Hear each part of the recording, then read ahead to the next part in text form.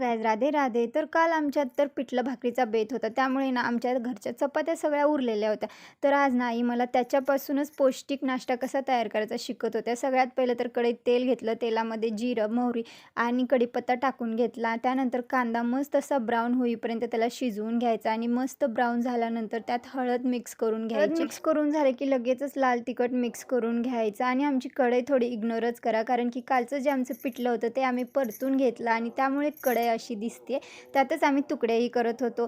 सगळं मिक्स करून झाल्यावर मस्त असं जे आपली चपाती आहे तिला बारीक करून घ्यायचं आणि नंतर हे सगळं असं मिक्स करून घ्यायचं. मिक्स करून झाल्यावर आपल्या चवीनुसार मीठ टाकून परत एकदा सगळं छान असं मिक्स करून घ्यायचं आणि बघा आपल्या शिळ्या चपात्यापासून पौष्टिक नाश्ता झटपट तयार. तर सगळ्यात पहिलं मी आमच्या आईंसाठी एक प्लेट काढून घेतलेली आणि स्वतः केलेल्या रेसिपीची ना स्वतःच्या तोंडून तारीफ करतायत. वाव, खूपच छान.